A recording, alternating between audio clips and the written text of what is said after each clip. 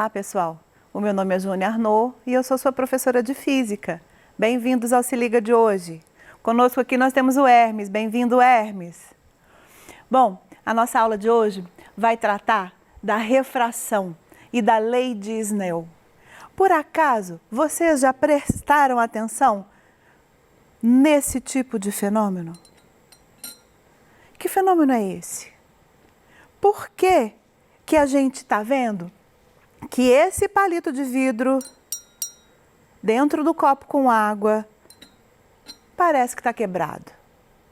A refração vai explicar exatamente a diferença, essa diferença que mostra que nós temos um palito quebrado, certo? E ele não está quebrado, né? Nós vamos aqui, o objetivo dessa aula hoje é explicar o fenômeno da refração, compreender a lei de Snell e, a partir disso, fazermos a resolução dos problemas lá nas questões do Enem. Vamos lá. Voltando aqui no nosso exemplo prático. O que acontece aqui? Nós temos dois meios distintos, a água e o ar aqui em cima. O palito está inteiro. Quando nós colocamos esse palito dentro da água, ele está aparentemente quebrado para você porque existe uma diferença na velocidade da luz que está chegando até você. Essa luz, ela vai passar pelos dois meios. Vai passar pelo meio ar, que está entre a gente, e a água, que está aqui dentro do copo, até chegar em você. E essa variação da velocidade é exatamente o estudo que nós vamos fazer aqui da refração. Vamos dar uma olhadinha numa simulação que vai nos ajudar a entender exatamente esse processo. Vamos lá. Aqui na simulação, o que nós temos? Eu liguei aqui uma lanterna em formato de onda, mostrando as ondas luminosas que vão passar de um meio para outro. Eu especifiquei aqui um meio ar e um meio água, ou seja, meios distintos. O que a gente tem como base para dizer que eles são distintos? As características específicas do meio. A água tem uma molécula diferenciada de outras moléculas, né? Ou seja, formato, estrutura, né? Densidade, todas essas características, elas fazem com que o meio seja diferente um do outro e, obrigatoriamente, as ondas de luz, ou de uma maneira mais resumida, a luz vai se propagar com uma velocidade diferente. O que a gente esperaria lá naquele palito dentro do copo? A gente esperaria ver o palito na íntegra, assim como o raio de luz, a gente esperaria ver algo assim, por exemplo. Nós teríamos, eu vou desenhar, nós teríamos uma luz, por exemplo, vindo em linha reta, saindo aqui do palito, assim que ela passa por esse meio, que seria essa linha, perdão, que seria a distinção entre os meios, ela teria que caminhar em linha reta, né? Só que o que acontece com ela? Ela não caminha em linha reta. Tem até uma brincadeira que a gente faz, que é a seguinte: aqui não seria o caminho que a gente esperaria por onde a luz ia? Né? Então a gente chama essa linha de luzia, que é por onde a luz iria caminhar. Essa luzia seria o nosso parâmetro para mostrar que houve esse desvio da luz, certo? A luz se desviou de acordo com o meio que estava embaixo, tá? Bom, eu vou agora tentar mostrar para vocês como que isso vai acontecer. A primeira coisa é que eu vou deixar de usar um raio de ondas e vou usar uma frente de ondas, perdão, e vou usar um raio luminoso, certo? Eu vou trocar então o raio, a frente de ondas que tem aqui, por um raio luminoso. Bom, qual que é a estrutura da nossa visualização? A primeira coisa que eu tenho aqui, é importante que a gente aprenda. Ali, olha, tem uma retinha que vai passar exatamente nesse ponto aqui onde a luz chega. Essa reta tem o nome de reta normal, tá? Essa reta normal, ela é perpendicular à superfície de separação entre os dois meios. Ok. E eu tenho também os ângulos. Quais são os ângulos que estão aqui envolvidos? Quando eu liguei a lanterna, eu tenho o ângulo de incidência, que é esse ângulo onde a luz está chegando na separação entre os meios. Eu já conheço o reflexão, que é a parte da luz que bate nessa divisão de meios e se reflete. Agora vai vir um novo ângulo para mim, que é o ângulo de refração. Então, vamos guardar esses nomes. Ângulo de incidência, ângulo de reflexão e ângulo de refração. Só para fazer uma comparação, a gente já sabia que o ângulo de incidência, lá pelas leis da reflexão, e o ângulo de reflexão tem o mesmo valor. O que nós vamos descobrir aqui é como que se determina o ângulo de refração, já que vai haver um desvio, certo? Ok, vamos agora dar uma voltadinha lá nos nossos slides para que a gente possa continuar esse processo. Vamos lá. Bom, o que foi falado aqui agora foi exatamente isso. Nós temos o ângulo de entrada, que é o ângulo de incidência, está aqui, o ângulo de reflexão e também o ângulo de saída, que é o nosso ângulo de refração. Bom, aí eu vou entrar num nome muito importante, que é o nome índice de refração. Esse conceito, ele se refere a uma comparação com a velocidade da luz. Nós não dissemos, lá quando a gente começou a estudar a luz, que a velocidade da luz era a maior velocidade que existia, que era a velocidade maior de todas que existia? Pois então, a velocidade da luz, a gente fala no ar ou no vácuo, é a maior possível. Então, em qualquer outro meio, a velocidade vai ser menor. O índice de refração é uma comparação numérica que vai me dar a relação matemática da velocidade da luz no vácuo, que é chamada de C, dividido pela velocidade da luz no meio. Então, como eu vou dividir a velocidade da luz no vácuo pela velocidade da luz no meio, eu vou ter uma comparação do quanto maior vai ser a velocidade da luz em relação àquele meio, certo? Então, eu sempre vou conseguir falar quanto que a velocidade da luz é maior em determinado lugar, certo? Bom, aí eu vou te mostrar a lei de Snell. Snell e Descartes foram dois caras muito importantes, dois cientistas muito importantes que estudaram essa estrutura da luz. E aí, eu vou dar uma voltadinha lá na nossa simulação para a gente ver como que isso vai funcionar. O que eles falaram? Eles pensaram no seguinte: repara que quando a gente mede a velocidade, o ângulo aqui, por exemplo, acontece uma alteração no ângulo de baixo. Eu estou reduzindo o valor desse ângulo, eu estou reduzindo esse aqui também. Se você imaginar a Luzia aqui, olha, ela não estaria aqui na linha reta, imaginando que ela iria passar por aqui? É possível até medir isso aqui, olha, que interessante. Eu posso colocar aqui um transferidor e a partir do posicionamento desse transferidor, eu consigo exatamente saber quantos graus. Olha que legal. Se eu colocar aqui com 30 graus, por exemplo, aqui eu vou ter 30, né? Exatamente 28,9, viva a simulação. Mas aqui embaixo eu não cheguei no 30. O que o Snell e o Descartes pensaram? Se eu mexer nesse ângulo, eu vou mexer, por exemplo, vou chegar nos 50 graus mais ou menos aqui, ó. Ali eu também vou chegar mais ou menos no mesmo lugar na reflexão. Mas a refração, gente, está chegando perto do 30, 34. Eu não estou alcançando o mesmo ângulo. O que o Descartes e o Snell pensaram? Tem a ver com material. Por quê? Porque está desviando.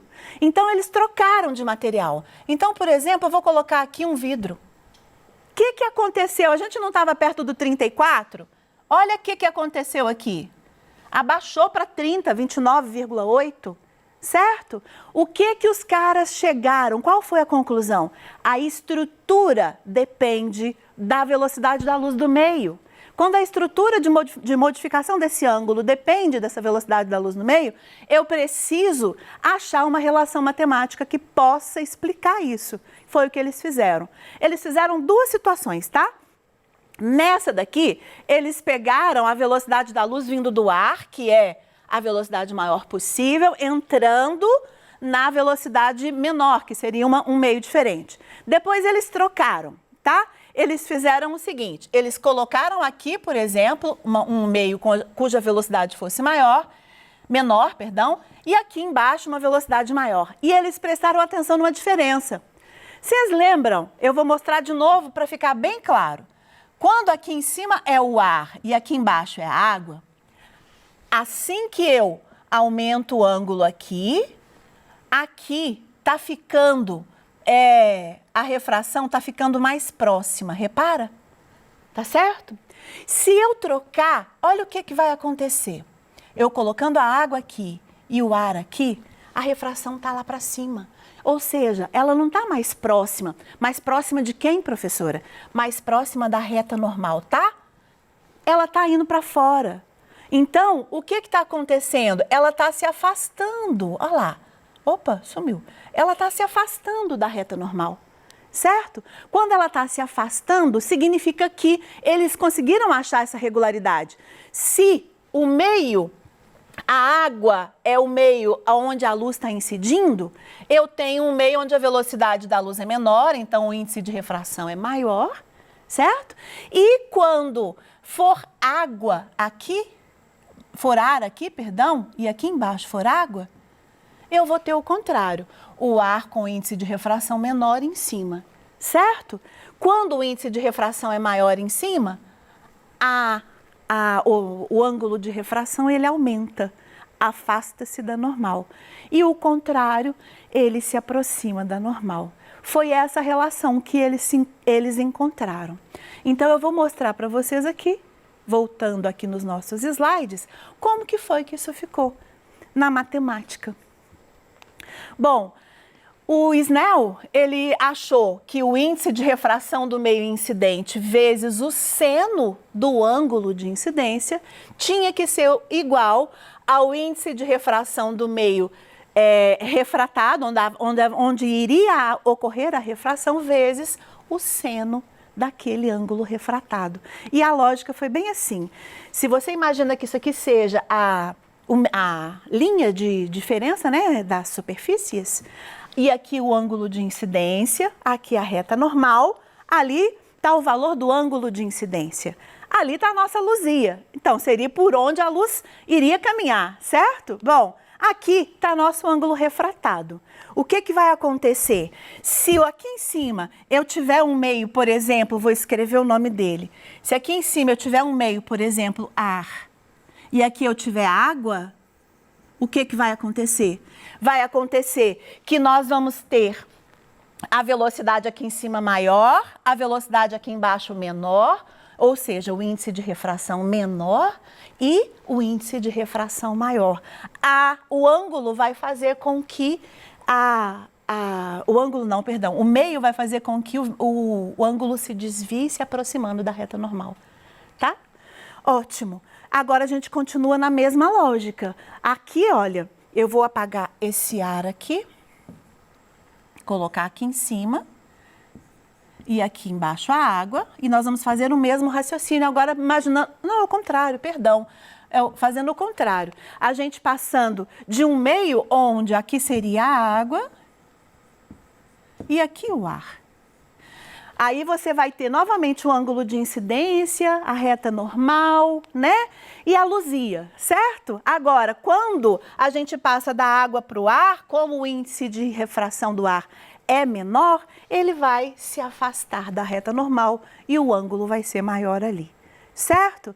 Então, é isso. Bem sucinto. Apaguei, certo? Bom, chegamos aqui agora num tema chamado ângulo limite. O que quer dizer o ângulo limite? Eu vou voltar lá na simulação para a gente ver esse ângulo limite funcionando direitinho. Esse ângulo limite, ele vai ser de uma determinada forma que eu vou tirar transferidor daqui e vou colocar água aqui embaixo só para a gente... Água não, perdão, água aqui em cima, só para a gente ver como é que vai funcionar. Bom, o que que acontece? Nós estamos passando de um índice de refração menor para um índice de refração maior para um índice menor. Quando eu vou me aproximando, vou aumentando esse ângulo aqui, olha, repara que ali embaixo o ângulo de refração some, ele vai se afastando da normal a cada vez que eu aproximo aqui. Como ele vai se afastando da normal mais e mais e mais, ele vai chegar num determinado ponto que ele vai encostar nessa linha de divisão das duas superfícies. Quando ele encosta nessa linha de divisão das duas superfícies, é exatamente o limite. Então, quando ele faz isso, por favor, vamos fazer? Isso. Eu vou ter que o ângulo acabou encontrando a linha de superfície aqui. Certo? Ele vai subindo, subindo, subindo, subindo, até encostar nessa linha de superfície. Esse ângulo limite, vou mostrar para vocês lá no slide, ele vai ser exatamente isso. Ele vai mostrar para a gente que nós temos, assim que a gente muda aqui, a gente tem essa possibilidade aqui. Ele vai mudando, descendo, descendo, até que o ângulo fique de 90 graus, certo?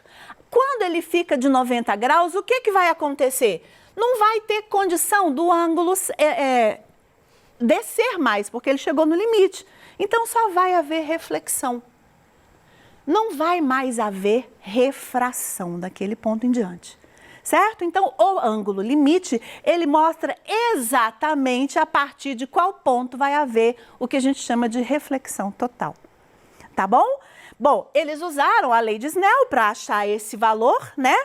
N1 sendo do ângulo limite, é igual a N2 sendo de 90, porque é o valor exatamente, né? E do ângulo que vai ser de refração. Como sendo de 90 é igual a 1, N2 vezes 1 fica igual a N1 sobre N2 sobre N1, perdão. Então, pessoal, essa é a forma da gente determinar o ângulo limite. Bom, agora a gente entra numa questão do Enem. Vamos dar uma olhadinha aqui, por favor, na nossa mesa. Eu trouxe essa questão para a gente brincar com ela, porque ela é muito legal. No início da aula, eu não coloquei esse palito dentro da água, certo? E ele é um palito de vidro, obviamente, né? Dentro da água, vocês conseguiram perceber que existia essa quebra do palito. Agora eu quero que vocês olhem o palito dentro da glicerina. Eu já coloquei a glicerina aqui dentro desse becker. Esse palito é de vidro, certo? E aí eu quero que vocês prestem atenção aqui no palito. Eu vou até virar assim para ficar fácil de enxergar. Vocês conseguem ver o palito, pessoal? Por que que vocês não conseguem ver o palito, pessoal? O palito tem uma velocidade, o vidro, perdão, tem uma velocidade da luz idêntica à velocidade da luz na glicerina. Vocês viram eu colocando o palito aqui dentro, certo? Coloquei de novo, só para a gente verificar. Por que que eu não consigo enxergar que tem palito ali dentro daquele copo? É exatamente essa a brincadeira que essa questão traz para a gente. Qual é o fenômeno que está envolvido nisso? O conhecimento do índice de refração, então, refração. Como o índice de refração é diferente em todos os meios, né? Poderia, né, imaginar que o vidro e a glicerina teriam diferença também. Mas podem existir meios cuja velocidade da luz seja igual. Então, dessa forma, vamos dar uma olhadinha na questão para que a gente possa avaliar esse nosso experimento tão legal.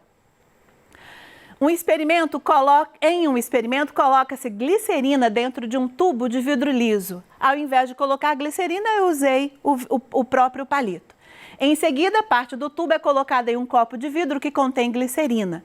E parte do tubo fica imersa, invisível.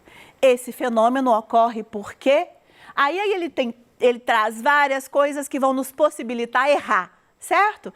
Intensidade da luz, parcela refletida, luz incidente que não é transmitida de um corpo para o vidro. Nós temos a luz sendo transmitida em todos os momentos, certo? Então, a única forma que a gente tem aqui é a velocidade da luz. A única forma dessas questões é a velocidade da luz nos meios ser a mesma. Bom, pessoal, eu agradeço muito a presença de todos vocês na aula de hoje.